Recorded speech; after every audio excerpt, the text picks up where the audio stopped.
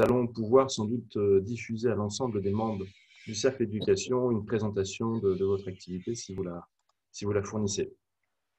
Voilà, donc bon échange. Merci, Jean. Merci. Peut-être moi j'ajouterai un petit mot avant que l'on ne commence. Donc je vous rappelle que le Cercle Éducation maintenant a bien mis en place sa programmation pour le cycle 2020-2021. Donc ça c'est un premier rendez-vous sous le format 1 heure un projet. Et je remercie beaucoup Florence Rizzo de s'être proposée pour cet exercice. Nous aurons ensuite une table ronde au mois d'octobre sur l'éducation au développement durable, une autre au mois de décembre sur le numérique éducatif avec un retour sur les états généraux qui auront lieu le 5 novembre prochain. Et puis l'année prochaine, d'autres tables rondes et présentations de projets se mettent en place avec un autre projet assez enthousiasmant qui serait un voyage d'études sur le thème « Apprendre autrement », sans doute à l'automne 2021. Voilà. Et je vous rappelle aussi que sur le site du CFF, il y a désormais un espace vivant, enfin tenu à jour sur la programmation des cercles, et les différents éléments que vous auriez besoin de retrouver sur ces cercles, dont les comptes rendus de nos réunions. Voilà, merci d'être présent ce matin. Et Jérôme Salté, qui est donc notre expert éducation auprès du Cercle Éducation et membre du COPIL, je vous laisse la parole. Merci Anne, merci Jean-Marc. Je vous propose peut-être de faire rapidement un petit tour d'écran, puisqu'on ne peut pas faire de tour de table, pour que chacun, chacune puisse se présenter très rapidement. Peut-être aussi dire quel est l'intérêt spécifique de son organisation ou l'intérêt personnel lié à l'éducation et s'il y a une attente particulière des uns et des autres sur l'heure que nous allons passer ensemble, de sorte que Florence puisse ensuite peut-être aiguiller son propos en fonction de ce qui peut vous intéresser, sachant que vous avez toujours la possibilité, plus vous utilisez cette possibilité, mieux on se porte, d'écrire vos questions dans la boîte de dialogue, ce qui permet peut-être parfois de les regrouper ou de les poser au bon moment dans la conversation. Et puis, bien entendu, j'ouvrirai des moments de dialogue, mais par ailleurs, vous pouvez aussi interrompre la conversation quand vous le souhaitez. On est relativement peu nombreux et donc on peut tout à fait avoir un mode de fonctionnement souple. Voilà, je vous propose de commencer un petit tour de table ou d'écran donc. Christophe, peut-être que tu peux commencer parce que dans l'écran, c'est toi qui apparaît le premier pour moi en tout cas. D'accord, merci beaucoup. Christophe Bellon, je représente donc la Fondation M et l'association Savoir-être à l'école. Savoir-être à l'école qui existe depuis 5 ans maintenant et qui propose des solutions de formation et d'accompagnement de tous les acteurs de l'éducation, formation aux soft skills, aux compétences psychosociales. Donc nous sommes évidemment depuis toujours très très intéressés par ce que propose et ce que développe le SYNLAB et nous suivons le SYNLAB avec beaucoup d'intérêt.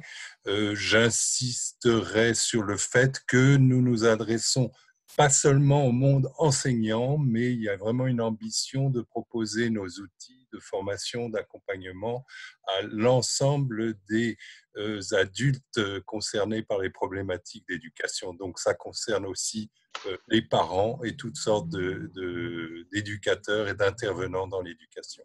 En tout cas, merci de m'accueillir dans cette réunion. Avec plaisir. Dans l'ordre de mon écran, Céline ? Oui, bonjour, donc Céline Le Tessier, moi je travaille à la FERS. La FERS, c'est une fondation reconnue d'utilité publique qui a 30 ans. À l'origine, ça voulait dire Fondation Entreprise Réussite Scolaire. Nous, on intervient sur la métropole de Lyon avec une particularité, c'est qu'on est sur la thématique de l'éducation à l'orientation, de la présentation des métiers aux enfants, mais de façon extrêmement ludique, puisque nous, on est sur les classes primaires. Donc voilà, on pense que plus on est en préventif et plus c'est efficace. et on développe des outils essentiellement pour les cycles 3 autour de la découverte de leur environnement proche, de la découverte des métiers et des secteurs d'activité pour ouvrir leurs horizons, pour lutter contre les stéréotypes et lutter contre le déterminisme social. Voilà, et donc je suis très intéressée par la présentation de ce matin parce que je ne connais pas le SynLab, si ce n'est ce que je suis allée voir sur Internet, et je pense que c'est toujours enrichissant de savoir ce qui se passe dans le secteur. Parfait, merci. Saïd? Bonjour, Saïd Berkane, Fondation Culture et Diversité. Alors nous, on accompagne effectivement des jeunes issus des milieux modestes vers les études supérieures artistiques et culturelles notamment. Et j'étais particulièrement intéressé par l'accompagnement plutôt psychologique que j'ai vu un peu sur les présentations que nous, on a moins à la Fondation. Voilà. Formidable. Alors ensuite, dans mon écran apparaissent des Galaxy A40. En effet, je ne sais pas qui est derrière Galaxy A40. Bonjour, pardon pour le petit souci tout à l'heure. Aurélie Robin, moi je suis responsable de mécénat à la Fondation Société Générale. Et du coup, nous sommes partenaires de SynLab depuis l'année passée sur Challenger des possibles. Et ceci s'inscrit dans le cadre des actions de la Fondation Société Générale. En fait, nous avons deux axes, l'un sur l'insertion professionnelle et l'autre sur l'insertion par l'éducation. Et donc, le projet SynLab rentre dans ce cadre. Et donc, nous finançons ce projet Bâtisseurs de possibles depuis l'année passée. Voilà. Merci beaucoup. Clémence, je crois, Gratitude. Oui, tout à fait. Bonjour. Donc, Clémence, j'ai créé une fondation qui s'appelle Gratitude et qui a comme mission essentiellement un axe éducatif pour les enfants, puis la santé et l'inclusion sociale. Et donc, moi, le projet SynLab m'intéressait essentiellement là pour le confinement. Je sais que vous aviez commencé des actions assez efficaces et ben voilà, je voulais voir comment s'inscrire dans une durée, une pérennité avec vos projets innovants. Merci beaucoup. Christine, je crois, pour la Fondation Sycomore. Oui, bonjour. Moi, je m'occupe de la Fondation Sycomore, qu'on met en lien le monde de l'éducation et le monde de l'entreprise. On avait rencontré SynLab juste avant le confinement. Mais en fait, on a eu des restrictions budgétaires cette année, donc on n'a pas pu les accompagner. Mais j'étais intéressée de réécouter ce matin la présentation de Florence. Et je serai malheureusement obligée de vous quitter avant la fin. Voilà. On vous dit. Voilà. Tessa? Oui, bonjour. Tessa Berton. Donc, je suis là. Donc, j'ai une fondation qui notamment est dans le domaine de l'éducation. Et SynLab, j'en ai évidemment entendu parler. Ça m'intéresse d'en savoir un peu plus. Deuxième chose, j'anime pour l'association Un Esprit de Famille, un groupe, un cercle sur l'éducation. Et donc plus j'en connais sur l'éducation et mieux c'est pour moi. C'est un cercle qui finance en commun des projets, des associations, des projets sur le thème de l'éducation. Voilà. Super. Et je crois Sylviane, pour terminer le tour d'écran. Ah, ben non, puisque nous avons une nouvelle arrivée. Ah, bah si, voilà. C'est moi. Voilà. Voilà, bonjour à tous. Bonjour. Oui, je coupe ma caméra parce que je n'ai pas toujours le bon réseau. Alors, donc moi, je représente L'Oréal. J'occupe en fait j'ai deux casquettes au sein de l'entreprise. Une au sein de la fondation d'entreprise L'Oréal, qui s'occupe particulièrement des femmes dans la science et aussi les femmes vulnérables. Alors, c'est plutôt dans la science que nous avons en fait un sujet éducation, puisque nous essayons de renforcer en fait la présence des femmes dans les métiers scientifiques. Et nous avons un programme qui s'appelle For Girls in Science, que nous sommes en train de reconfigurer. Donc, c'est un sujet tout à fait spécifique, mais en lien avec l'éducation côté fondation. Et puis, je dirige également un nouveau fonds que nous avons créé, là encore pour les femmes vulnérables. Et un des axes prioritaires que nous avons est de lutter contre les obstacles à l'éducation des filles et des femmes. Donc, c'est un fonds mondial, mais voilà, donc on peut avoir des intérêts évidemment sur la France. Et c'est un fonds qui a été créé dans la foulée, du fait de la Covid, il a pour objectif de lutter contre les conséquences en fait, de la crise économique et sociale qui fait suite à la crise sanitaire, en tout cas voilà, qui est concomitante, puisque malheureusement on est toujours dans ces problématiques d'urgence et d'accompagnement. Voilà, donc je suis là surtout pour écouter et pour voir voilà, quelles sont les synergies qu'on peut éventuellement créer. Super. Et puis donc, nous avons avec nous Élise et Florence Florence qui va nous raconter SynLab de fond en comble. Et surtout, n'oubliez pas la boîte de dialogue pour poser vos questions. Florence, peut-être qu'en 5 minutes, tu peux nous dire deux choses. Premièrement, qui tu es toi, parce que évidemment, tu es la fondatrice de SynLab et l'âme de SynLab. Et pourquoi on a le sentiment que tu es tombée dans l'éducation quand tu étais petite? Merci Jérôme, bonjour à toutes et à tous. Alors effectivement, je suis tombée dedans quand j'étais petite, dans la mesure où, disons que je suis une enfant de l'école publique, dans le sens où, donc moi je viens d'un petit village dans l'est de la France, famille d'immigrés italiens, et avec des parents qui n'ont pas le bac, mais qui ont toujours beaucoup cru en l'école publique comme voilà, la manière dont on pouvait grandir et s'en sortir quelque part. Et donc voilà, j'étais plutôt bonne élève, j'ai beaucoup travaillé à l'école et avec des parents qui y croyaient très fort. Et donc, ça m'a permis de faire un certain nombre de ce qu'on appelle des grandes écoles en France, mais avec toujours la conscience quelque part que c'était des écoles qui étaient beaucoup des machines à reproduire les inégalités. Et donc, ça a nourri une certaine envie de travailler à la réduction en fait, de ces inégalités sociales et scolaires. Et donc, assez rapidement, j'ai voulu m'engager à la fois au service de l'intérêt général et pour l'éducation qui me semblait être le cœur finalement de ce qui pouvait faire bouger les lignes à une échelle beaucoup plus globale. Puisque si on voit un petit peu les choses à une échelle macro, c'est quand même un enfant un enfant issu de milieux défavorisés en France a 4 fois moins de chances de faire partie des bons élèves. Et la France est un des pays qui réduit le moins les inégalités scolaires. Donc, on voit bien que, en tout cas, le constat à une échelle toute petite rejoint, disons, des chiffres qui sont assez alarmants pour la France. Et voilà. Et en fait, après un certain nombre d'études à Sciences Po et à l'ESSEC, je me suis engagée pour soutenir des projets d'entrepreneuriat social et finalement créer SynLab en 2012-2013 avec pour vocation de travailler à la réduction de ces inégalités sociales et scolaires en soutenant les enseignants et les chefs d'établissement dans leur mission.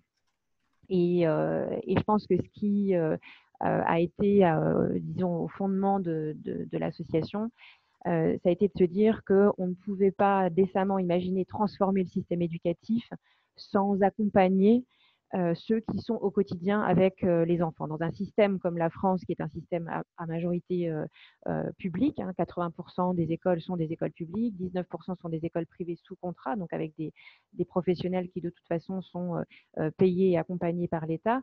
On est bien dans un système éducatif où si on veut accompagner notamment les plus en difficulté qui sont dans le système public, il faut réfléchir à une grande échelle comment accompagner ces 12 millions d'enfants qui sont scolarisés en France. Et le levier, évidemment, des enseignants et des professionnels qui sont au quotidien à côté de ces enfants-là nous semblait absolument déterminant, puisque pour un enfant issu de milieux défavorisés, ce qui va vraiment faire la différence potentiellement, ce sont ses enseignants.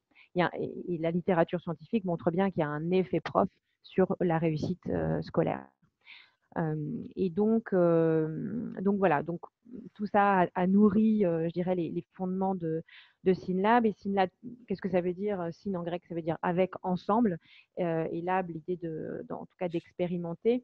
Et donc dans l'ADN, il y avait vraiment la volonté de construire avec les acteurs du système pour transformer le système. On croyait assez peu à l'idée de voilà, créer des petites choses à la marge, c'est tout à fait toujours intéressant, ça peut être modélisant, inspirant, mais vraiment l'ambition était de contribuer à la transformation du système et on ne voyait pas comment on pouvait le faire sans le million de professionnels qui sont au quotidien à côté des enfants. Petite, je te coupe 2 secondes, Florence, mais parce que je pense que ça vaut le coup de s'arrêter un petit peu là-dessus. On a eu 1000 fois l'occasion d'en parler. C'est un petit peu ce qu'on appelle ensemble la posture de la contribution positive. C'est-à-dire l'idée qu'on ne va pas se friter le système, mais plutôt essayer de travailler avec, pas rentrer dans des polémiques stériles, etc. Pourtant, quand tu as démarré, tu disais en 2012 de mémoire, tu avais forcément cette perception que tout le monde a d'une éducation nationale très monolithique, ensemble gigantesque, de cette malheureuse métaphore du mammouth, de l'engin qui est impossible à bouger, etc. Comment ça t'a pas rebuté, ça? Comment tu t'es pas dit, mais jamais je vais y arriver? J'y croyais très fort, en fait. Donc, c'est la conviction que c'était possible. Et aussi beaucoup d'écoute, c'est-à-dire que moi, quand j'ai commencé par écouter les acteurs de terrain, par questionner, par compagnonner finalement avec des enseignants, avec des chefs d'établissement, avec des acteurs de terrain. Et donc, on n'est pas du tout rentré par une grande porte avec arrogance, on est rentré par une toute petite porte en écoutant, en questionnant, en construisant avec les acteurs de terrain. Et c'est comme ça que progressivement, on a essayé de trouver des solutions, d'apporter des bribes de réponse, mais toujours en réponse à un besoin et en le faisant avec les acteurs. Et en fait, quand on parle du mammouth, on ne parle pas des gens qui le constituent, on parle voilà, de quelque chose qui en fait existe et n'existe pas. Quand on commence à travailler avec les gens, là en fait tout change, c'est-à-dire qu'on se rend compte de la diversité des points de vue, on se rend compte aussi de toute cette forêt qui pousse à bas bruit, c'est-à-dire qu'il y a énormément d'acteurs sur le terrain qui se retroussent les manches et qu'on n'entend jamais dans les médias parce qu'il y a une posture médiatique et un discours sur l'école qui n'est pas forcément conforme à la réalité en fait et à la diversité de cette réalité. Donc quand on commence à travailler avec les gens, en fait, on se rend compte que c'est possible parce qu'on voit que sur le terrain, ça bouge. Et quand vous avez commencé, alors vous avez commencé avec quoi? Qu'est-ce que vous avez commencé à faire? C'est quoi les débuts de Synlab? Les tout débuts, on a commencé à travailler sur Bâtisseurs de possibles, qui a été vraiment le premier projet. Et l'objectif, c'était de permettre aux enseignants d'écouter leurs élèves et d'accompagner leurs élèves sur les questions qu'ils se posaient sur le monde. Donc, qui pouvaient être des questions, voilà, pourquoi c'est aussi pollué autour de nous, pourquoi dans la cour d'école les garçons et les filles jouent pas ensemble, pourquoi, voilà, toutes les questions qu'ils pouvaient se poser sur le monde qui les entoure. Et l'idée, c'était de les accompagner à trouver des solutions à ces questions-là, réaliser quelque chose pour ne pas rester dans le monde des idées et puis partager cette réalisation avec les autres enfants dans un réseau mondial qui s'appelle Design for Change et qui leur permettait de se sentir appartenir en fait à une communauté mondiale d'enfants et de jeunes qui essayent d'entreprendre quelque part au service de l'intérêt général. Et donc, l'idée, c'était de planter une petite graine de citoyens actifs dès l'école primaire. Et donc, on a commencé comme ça, puisque moi, je venais de l'entrepreneuriat social.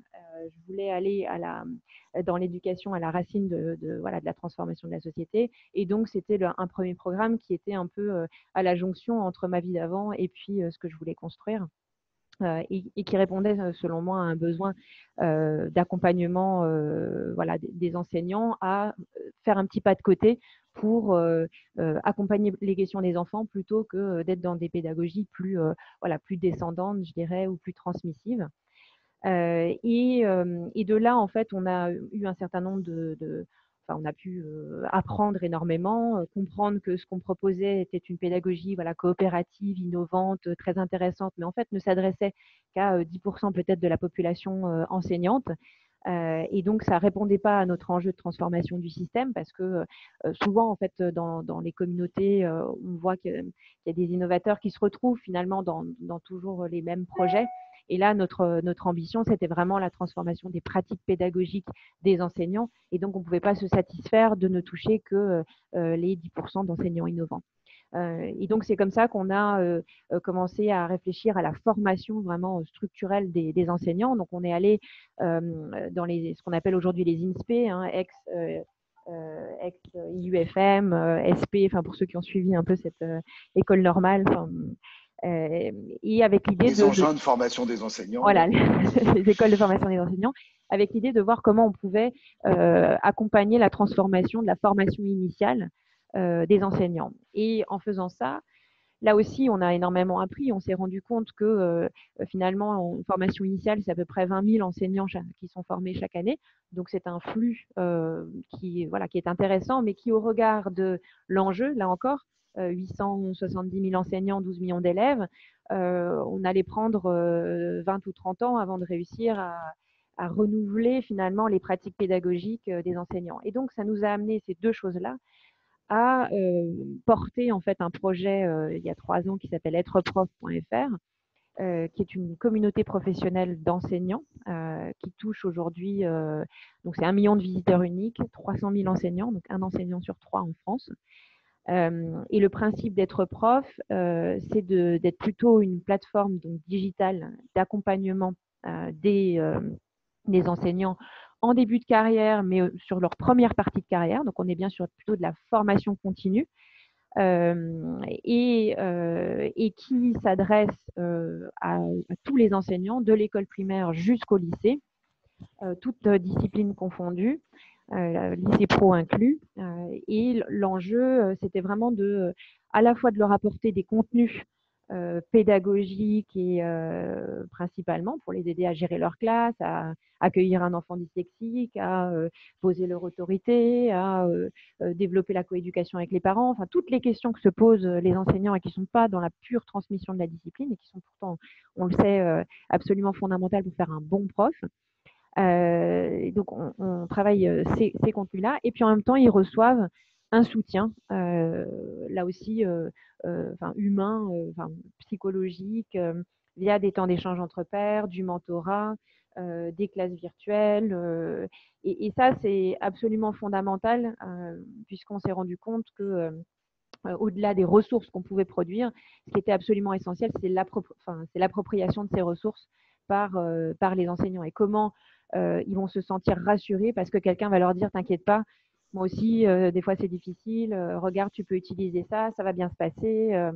Et donc, ce côté réassurance qui naît en fait d'une certaine convivialité qu'on a pu instaurer au sein de cette communauté, avec une logique horizontale entre pairs, était vraiment un déterminant de la réussite en fait de ce projet Être prof.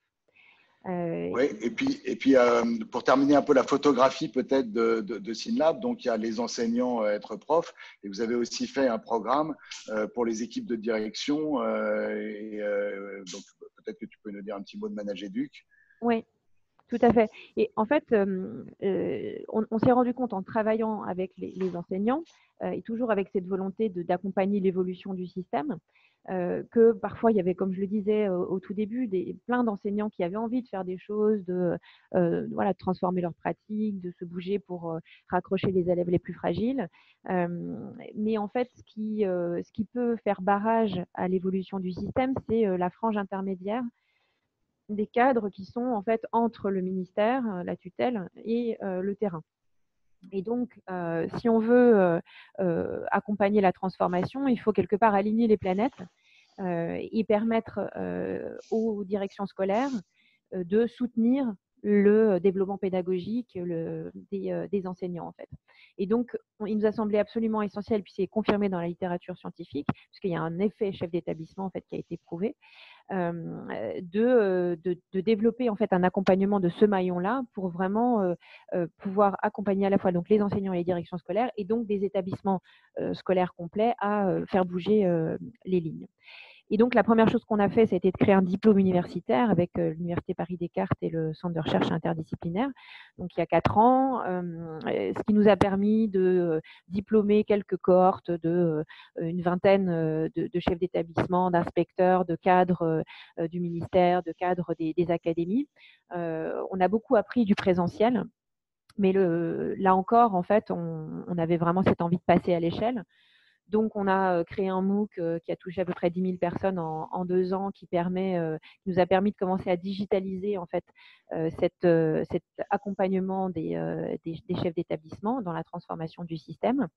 Et puis, on a créé l'année dernière manageduc.fr, qui est un peu le petit frère d'être prof, c'est-à-dire une plateforme numérique d'apprentissage pour les chefs d'établissement, les inspecteurs, pour les aider en fait dans leur leadership pédagogique, à accompagner en fait leurs équipes enseignantes dans l'évolution de leurs pratiques.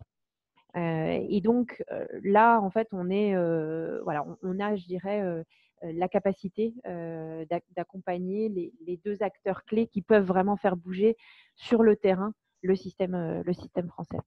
Oui, je voudrais d'ailleurs qu'on prenne un petit peu de temps pour que tu puisses nous dire ce que cet accompagnement dans la période tellement particulière qu'on vit en ce moment nous raconte de ce qui se passe aujourd'hui sur le terrain de l'éducation nationale en période de pandémie, de continuité pédagogique.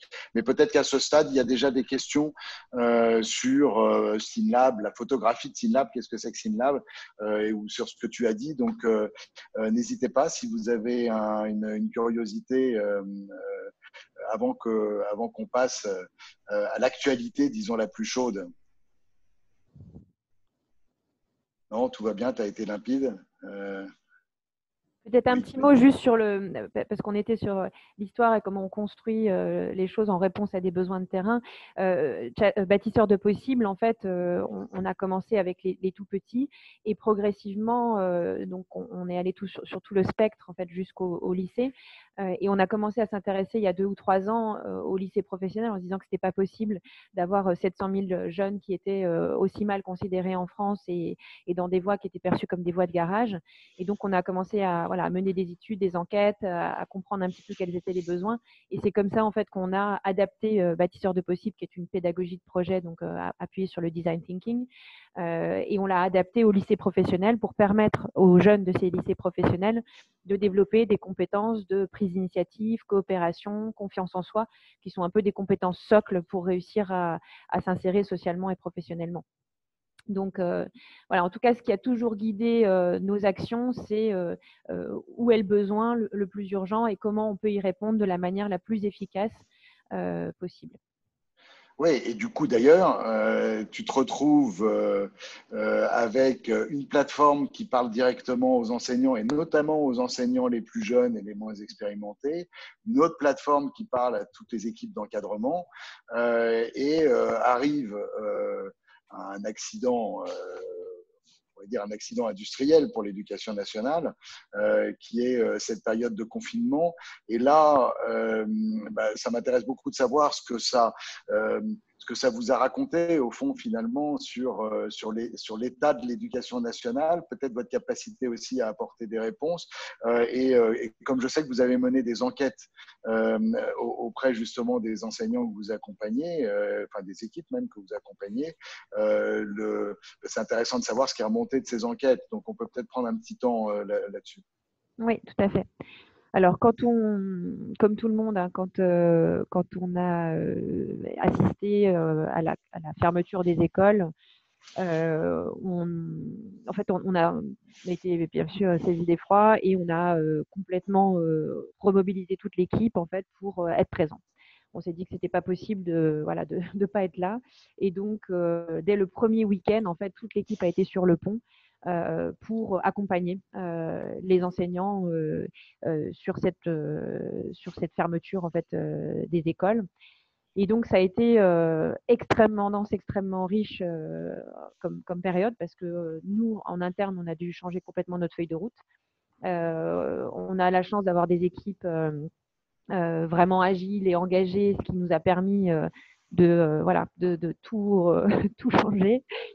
pour être présents. Donc, on a animé des temps d'échange entre pairs, des groupes de parole tous les jours, en fait, pendant le confinement, pour accompagner les enseignants dans le fait de mettre en place des classes virtuelles, pour travailler sur comment je raccroche mes élèves qui perdent pied, comment enfin voilà, toutes les questions qui pouvaient émerger pendant cette phase-là, on les a traitées, et à la fois des questions pédagogiques et des questions psychologiques.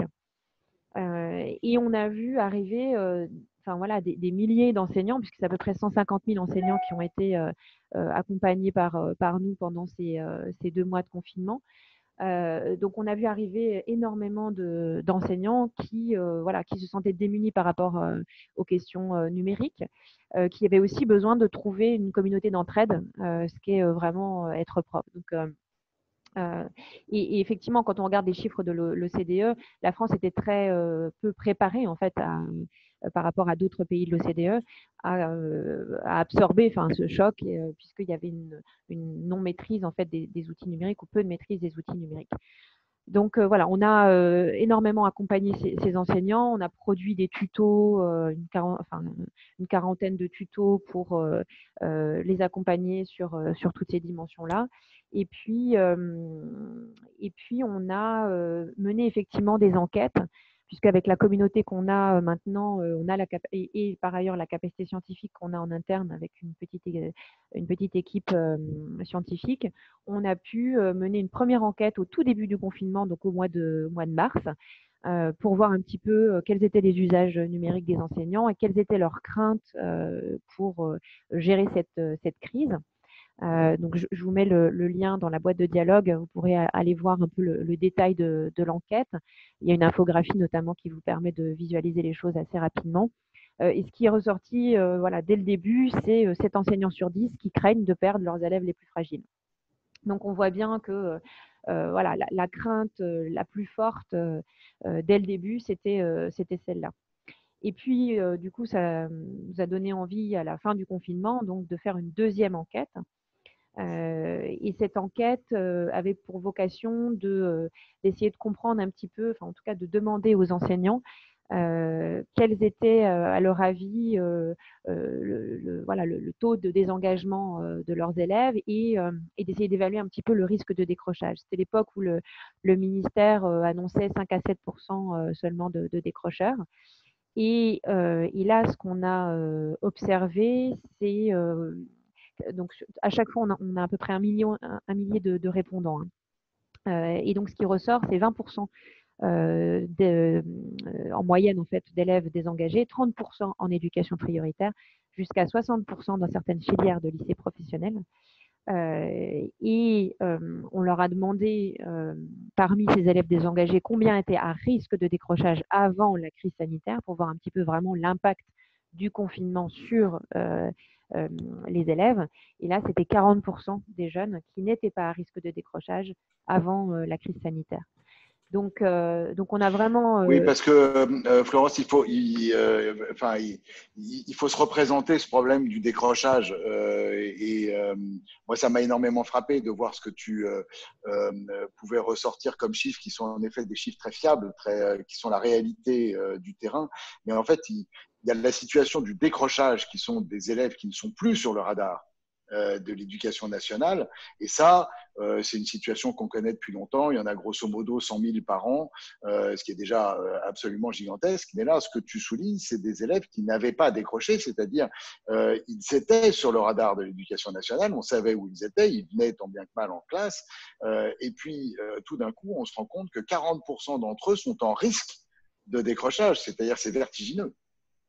Oui, et effectivement, je pense que ce qui est important de comprendre, c'est que le décrochage est un processus, et un processus qui commence, qui peut commencer à l'école primaire. Donc, il ne faut pas du tout être déterministe, mais être conscient qu'il y a des risques et qu'il y a des facteurs aggravants, évidemment, du décrochage. Donc, c'est vrai que la mesure, c'est à 16 ans.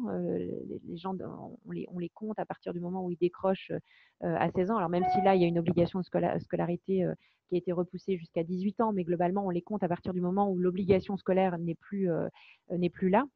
Et la France peut être fière d'avoir réduit effectivement les décrocheurs en dessous de la barre des 100 000 et en dessous de la barre des 10% d'une classe d'âge qui est la norme européenne. Mais ce qu'on ne voit pas, c'est tout ce qui se passe à bas bruit, en silence, encore une fois, depuis l'école primaire. Et donc, tout l'enjeu, c'est d'accompagner les enseignants à accrocher tous les élèves dès l'école primaire pour donner du sens, donner l'envie d'être à l'école, de rester à l'école et être extrêmement attentif aux stratégies pédagogiques que les enseignants peuvent mettre en place dès le cœur de la classe. Parce que souvent, on a traité la question du décrochage une fois que c'était trop tard quelque part et une fois qu'il fallait réfléchir à des stratégies pour raccrocher les élèves.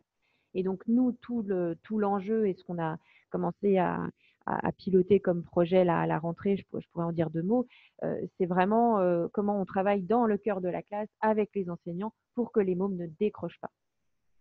Oui, ce que je trouverais intéressant, Florence, avant que, pour qu'on se donne aussi du temps de discussion et de questions, c'est peut-être partir de ce que tu es en train de dire pour expliquer comment ce dialogue finalement avec les enseignants et les équipes de direction dans cette période spéciale, qu'est-ce que ça te raconte sur finalement le cœur de ton action et de ce que tu cherches à faire, c'est-à-dire sur la transformation du système éducatif. Qu'est-ce qu'il faut faire? Vers quoi va-t-on ou vers quoi doit-on aller et par quel mécanisme pour améliorer le système éducatif français à la lumière de cette crise spectaculaire? Alors, ce qu'on a voulu faire pour répondre à cette question, donc en juin dernier, on a là aussi mené une 3e enquête donc pour sonder les enseignants. Et on a repris, vous savez, les 3 questions de Bruno Latour. Donc Bruno Latour, scientifique reconnu, prof à Sciences Po, pendant la crise sanitaire, avait un peu interpellé la société civile en posant 3 questions sur le monde d'avant. Qu'est-ce qu'on garde, qu'est-ce qu'on jette, qu'est-ce qu'on invente? Et on a eu envie de poser ces 3 questions-là à la communauté enseignante en leur disant de cette crise sanitaire, qu'est-ce qu'on garde, qu'est-ce qu'on jette, qu'est-ce qu'on invente pour que l'école de demain soit différente de l'école d'hier. Et donc, leur réponse était extrêmement intéressante. Et ce qu'on a ressorti de cette enquête, je pourrais vous mettre le lien. Donc, c'est plusieurs choses. C'est 3 enjeux. Un premier enjeu qui est un enjeu de personnalisation des parcours. Donc, la France et certains pays industrialisés ont réussi ce pari de la massification de l'accès à l'éducation. Mais l'enjeu, et c'est une première réussite, il faut le dire, mais l'enjeu du XXIe siècle, c'est de réussir à accompagner, Jérôme dirait, non pas une fois 12 millions d'élèves, mais 12 millions de fois un élève. C'est-à-dire comment on inclut chacun dans sa singularité, avec ses forces et ses fragilités. Et donc, cette question de l'individualisation des parcours, de la personnalisation des parcours est un enjeu majeur, c'est un vrai défi auquel sont confrontés les enseignants au quotidien, et notamment quand on a 30 mômes dans la classe, évidemment, c'est extrêmement complexe. Il y a un deuxième enjeu qui ressort de cette enquête, qui est un enjeu qui reste prégnant, qui est l'enjeu de la démocratisation. C'est-à-dire qu'il n'y a pas de système public d'éducation efficace sans équité. Il n'y a pas de système éducatif performant sans équité. Et donc là-dessus, il ne faut pas avoir d'illusion. La France ne remontera jamais dans les classements de PISA si on n'arrive pas à raccrocher les plus fragiles, à faire remarcher, refonctionner cet ascenseur social par l'école. Et donc cet enjeu de démocratisation passe par une attention particulière à tous ces enfants qui sont fragiles ou fragilisés. Il faut savoir que 3/4 des enfants pauvres, par exemple, sont scolarisés en dehors des zones d'éducation prioritaire. Donc, il y a énormément de travail à mener de ce point de vue-là, et qui ressort dans les préoccupations des enseignants, parce qu'ils ont à cœur de ne pas laisser des mômes au bord du chemin.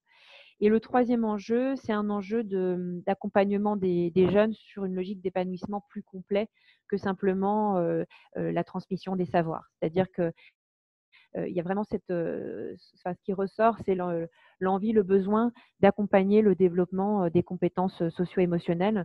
Voilà, en se disant que ces jeunes, ce ne sont pas juste des vases à remplir de savoir, mais ce sont des êtres humains qui ont besoin qu'on cultive à la fois des savoir-être et des savoir-faire. Et d'ailleurs, notamment dans les lycées professionnels, c'est un enjeu extrêmement fort puisque c'est ce qui facilitera leur insertion sociale et professionnelle. Donc ça, c'est 3 enjeux qui ressortent de l'enquête et qui sont un peu des tendances de ce qu'il faudrait faire bouger. Après, il y a des questions culturelles, je dirais, et organisationnelles. Donc, notre système public est un système extrêmement centralisé et on porte cette conviction que le système changera en écoutant davantage les acteurs de terrain et en décentralisant les moyens au niveau du terrain pour que les acteurs puissent agir et répondre à leurs besoins au plus proche des questions et des enjeux. Et donc, on a la conviction et on a écrit une tribune d'ailleurs qui est sortie dans le JDD juste avant l'été avec François Dubet, qui est un sociologue reconnu sur ces questions d'inégalité, avec Cynthia Fleury qui a beaucoup écrit sur la question du care. Et puis François Tadei, tribune qui raconte un petit peu ce que je suis en train de vous dire sur le besoin en tout cas de décentraliser les moyens et de nourrir cette culture du care. C'est-à-dire qu'il y a tout un paradoxe dans ce monde de l'éducation qui est un métier, ce sont des métiers de l'humain et qui pourtant parfois déshumanisent par rigidité bureaucratique et administrative. Et donc, il y a un vrai appel à redonner du temps et de la qualité de présence pour que ces professionnels de l'éducation puissent accompagner humainement les jeunes à grandir. Donc voilà, donc cette enquête-là, elle permet de dessiner une école d'après à la fois plus démocratique, plus inclusive, plus personnalisée et plus épanouissante pour les jeunes. Alors on pourrait se dire oui, c'est un doux rêve, mais en fait quand on écoute le terrain et quand on voit tous les signaux qui sont plus si faibles que ça, on a de l'espoir que en fait le système est en train de changer à bas bruit, indépendamment de ce qu'on veut bien voir dans les médias ou au niveau de la tutelle. Merci Florence. Je prévoyais un quart d'heure pour le temps des questions. Il nous reste 14 minutes, donc tu es assez doué quand même sur la gestion du temps. Et donc, je propose qu'on ouvre justement une petite session de questions-réponses ensemble. Je suis sûr que tout ce qu'a dit Florence a dû provoquer des curiosités chez les uns et les autres.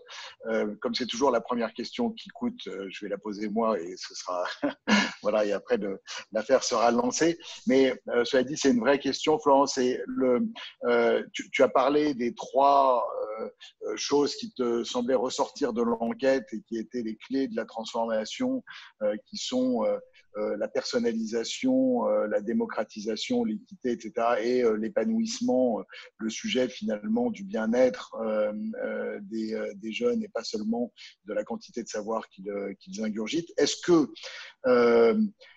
qu'au fond, c'est toi, avec ta culture de l'éducation et de la transformation du système éducatif, qui lit dans l'enquête que c'est ça qui ressort, ou est-ce que tu sens qu'en réalité, les enseignants sont porteurs de ces idées-là aujourd'hui et que finalement, il y a un moment un peu particulier dans l'éducation qui nous permettrait d'aller vers ces transformations indispensables? Je pense qu'à chaque crise, ça peut basculer d'un côté ou de l'autre. Chez nous, on dit crise, c'est aussi opportunité. On sent bien que le corps enseignant est divisé dans le sens où on ne peut pas dire que tous les enseignants pensent cela. Après, la question, c'est la masse et est-ce qu'il y a un nombre suffisamment significatif d'enseignants qui commencent à avoir envie d'autre chose, à bouger, à avoir envie d'envisager les choses de manière différente. Et donc, la quête, c'est la quête du point de bascule qui, à un moment donné, peut faire pivoter en fait une culture enseignante et une culture professionnelle. Donc, je pense que dans tout ce qu'on décode, effectivement, ils appellent à avoir voilà, plus de temps pour accompagner chacun. Donc, ils le disent avec plein de mots différents. Et d'ailleurs, c'est une analyse sémantique qu'on a fait dans l'enquête. Donc, vous pouvez voir de manière plus précise tous les verbatims et comment ils expriment les choses avec leurs mots. Donc, oui, nous, on a on a articulé, je dirais, leurs propos qui sont plus peut-être épars et divers que ce que j'ai dit là. Mais globalement, on sent effectivement une envie de transformation. Et en tout cas, sur Être Prof, qui est voilà, la communauté des enseignants, il y a beaucoup de questions qui sont liées à l'évolution des pratiques pédagogiques, à l'envie d'accueillir tel ou tel élève. Là, en cette rentrée, comment faire pour remobiliser les élèves désengagés. Donc, voilà, les enseignants, malgré toutes les difficultés qu'il y a, restent engagés et mobilisés dans l'évolution de l'école. La parole est à la salle. Moi, j'aurais une question. Si j'ai bien compris, vous travaillez plutôt avec le terrain, ce qui me semble effectivement une très bonne idée pour faire évoluer les pratiques. J'ai envie de vous demander quelles sont les relations que vous avez avec le ministère de l'Éducation nationale, enfin, comment vous travaillez aussi avec l'institution? Oui. Alors, je peux vous parler par exemple du programme qu'on monte là pour la rentrée. Donc, quand on a eu l'enquête qui nous a révélé ces chiffres, on s'est dit qu'il fallait absolument travailler sur cet enjeu du raccrochage à la rentrée. Et on a monté un projet en partenariat avec des académies, donc avec des rectorats, et avec le soutien à la fois de l'ANCT, l'Agence nationale de la cohésion des territoires, et le ministère de l'Éducation nationale, donc le bureau de l'éducation prioritaire. Et donc, ça nous semblait absolument essentiel à la fois d'avoir cette accréditation quelque part du bureau de l'éducation prioritaire et en même temps de travailler avec le maillon qui nous semble le plus efficace, qui est le maillon des académies. Et donc, on a voilà, l'Académie de Besançon, de Lille, de Versailles, d'Orléans-Tours, avec lesquels on travaille main dans la main. Donc, c'est passé par le recteur, les DAZEN, pour ceux qui connaissent le jargon éducation nationale, donc par toute la courroie hiérarchique de l'éducation, pour aller jusqu'au chef d'établissement. Et ce qu'on a demandé aux académies, c'est d'identifier les établissements qui étaient le plus en fragilité, le plus dans le besoin. Donc en territoire éducation prioritaire, REP, REP+, cité éducative, lycée professionnel. Et notre enjeu, c'était d'accompagner 2000 enseignants et 20 000 élèves dans le raccrochage. Et ce que je trouve extrêmement intéressant et qui a bougé effectivement lié à cette crise, c'est la perception par l'institution qu'on n'est pas là pour faire son travail à sa place et qu'on n'est pas en compétition avec les acteurs de l'État. Et donc, on a vraiment pu incarner cette complémentarité. Et ça, c'est pour nous extrêmement précieux dans ce qu'on disait au départ sur la contribution positive. On n'avait pas du tout envie d'être l'acteur anti-système ou l'acteur alternatif, mais plutôt l'acteur partenaire du système pour la transformation du système. Et ça, nous, on le disait, mais on n'était pas forcément toujours perçus comme cela. Et là, aujourd'hui, on sent que ça bouge puisqu'il paraît voilà, acceptable et légitime de travailler avec nous. Et on a un certain nombre de projets qui viennent, qui sont en train d'arriver via le secrétariat général à l'investissement, qui est l'entité rattachée au Premier ministre, sur des investissements d'avenir sur les 10 ans qui viennent, où ce qui est intéressant, c'est qu'ils viennent nous chercher parce qu'on arrive à parler, à communiquer avec les enseignants et que toutes les dernières recherches sur, par exemple, la dyslexie, ils butent sur la manière d'en faire une médiation qui aille jusque dans la salle de classe, jusqu'à l'élève, en fait. Et donc, nous, on est ce maillon, en fait, entre le monde scientifique et pédagogique et institutionnel et le terrain, parce qu'on a la confiance du terrain. Et que par un accompagnement quelque part conversationnel, on rassure et on peut accompagner ces enseignants qui effectivement sont dans une situation pas simple et une situation de défiance vis-à-vis de leur tutelle. Et donc, voilà, c'est l'idée de construire un développement professionnel des enseignants avec à la fois ce que l'institution doit et peut apporter en termes de contenu, notamment d'information sur les réformes, mais aussi ce que nous, on peut apporter de mieux en étant un tout petit peu à côté et donc en permettant une liberté de parole, de dire quelles sont les erreurs, les questions, les doutes qu'on peut avoir. Et cette complémentarité-là, elle est vraiment absolument clé et reconnue maintenant par l'institution elle-même.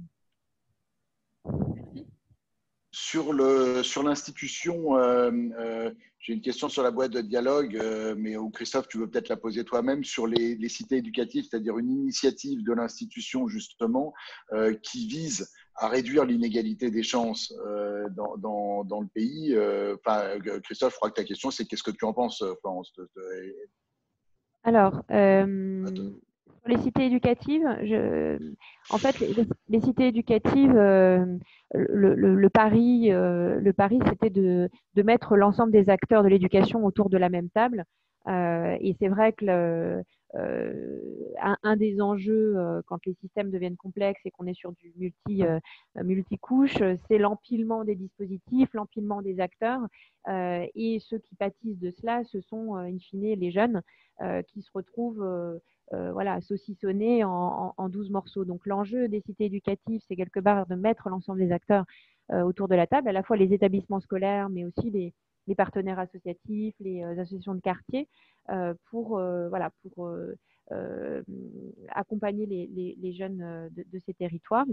Et donc nous, on travaille effectivement avec un certain nombre de cités éducatives dans les académies de Besançon et de Lille notamment, et avec l'enjeu que ces cités éducatives, ce ne soit pas juste une ligne budgétaire pour créer des projets à côté de l'école, mais que ça puisse aller là encore jusque dans le cœur de la classe, puisque comme c'est une initiative qui a plutôt été portée par le ministère de la Ville, les acteurs éducatifs ne se sont pas complètement saisis. Donc nous, on peut travailler justement à ce que ce maillon éducatif, à ce que les enseignants se saisissent de ce sujet-là pour comprendre qu'ils sont une partie de la réponse, et notamment une partie de la réponse préventive au décrochage.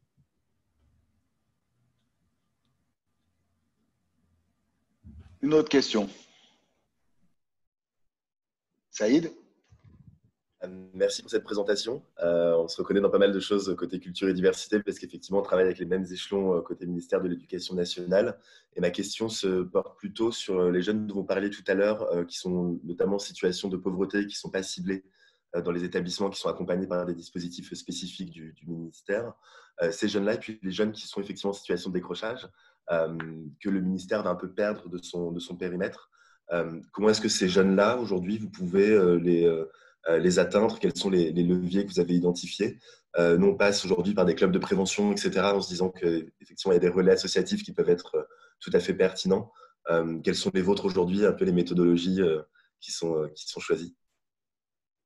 Alors, sur votre première question, on travaille notamment, on commence à travailler avec ATD Quart Monde et sur de la création de ressources pédagogiques pour accompagner les enseignants, là encore, à identifier sans stigmatiser et à accompagner ces jeunes et ces familles pauvres.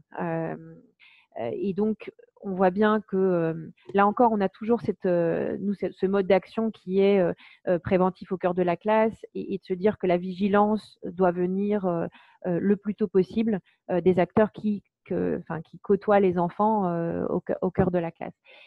Et donc, notre réponse là-dessus, c'est vraiment d'accompagner les enseignants sur cet enjeu-là, de leur donner des outils de compréhension culturelle de cette difficulté et des outils pédagogiques pour non pas abaisser le niveau pour ces jeunes-là. L'idée, c'est de garder la même exigence et pas de faire une éducation au rabais, mais en tout cas qu'ils aient la capacité pédagogique d'adapter peut-être un certain nombre de choses, de prendre en compte la difficulté scolaire, de prendre en compte le risque social qu'il y a derrière, de se mailler avec les autres acteurs du territoire, de savoir comment dialoguer avec ces familles qui s'autocensurent et qui ont peur de venir à l'école par honte de leurs origines. Donc en fait, on va travailler sur tous ces sujets-là avec l'enseignant pour qu'il soit une vigie en fait de proximité sur le terrain, indépendamment des territoires éducation prioritaire. Même si chez nous, sur Être Prof, on a vraiment une surreprésentation des enseignants qui sont des jeunes enseignants inexpérimentés affectés en éducation prioritaire et une surreprésentation aussi des enseignants qui sont en lycée professionnel. Donc, on a une surreprésentation des catégories qui sont les plus fragiles et en contact avec les publics les plus fragiles. Mais pour traiter le sujet, on avait très en conscience depuis le début qu'on ne pouvait pas s'adresser que à l'éducation prioritaire, sous peine, exactement le sujet, de ne pas accompagner notamment ces 3/4 des enfants pauvres qui sont en dehors des zones d'éducation prioritaire. Sur votre deuxième question, là, en fait, vous parlez de ceux qui ont donc des 90 000 qui, en fait, sont sortis du système. Donc, de fait, on n'est plus…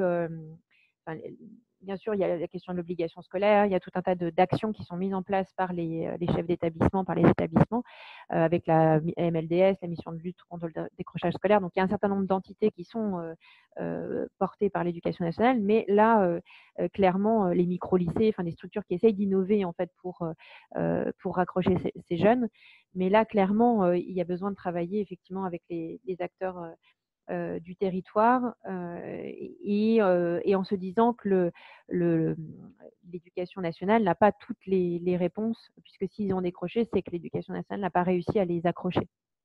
Et donc là, il y a des projets, par exemple, j'en ai un en tête, Booster, qui a été créé par Unicité et qui permet de faire pour ces jeunes-là la moitié du temps en service civique, donc de retrouver une estime d'eux-mêmes et une capacité à se dire qu'ils sont utiles dans la société. Et la moitié de leur temps, ils raccrochent les savoirs et dans des établissements qui sont en capacité de les accueillir seulement sur un mi-temps. Donc, il y a des initiatives, bien sûr les écoles de la deuxième chance, un certain nombre de structures qui sont spécialisées, je dirais, sur ces 90 000 jeunes qui sortent du système chaque année. Nous, on va plutôt travailler sur les cohortes en amont, je dirais, pour qu'il y ait de moins en moins de jeunes qui sortent du système.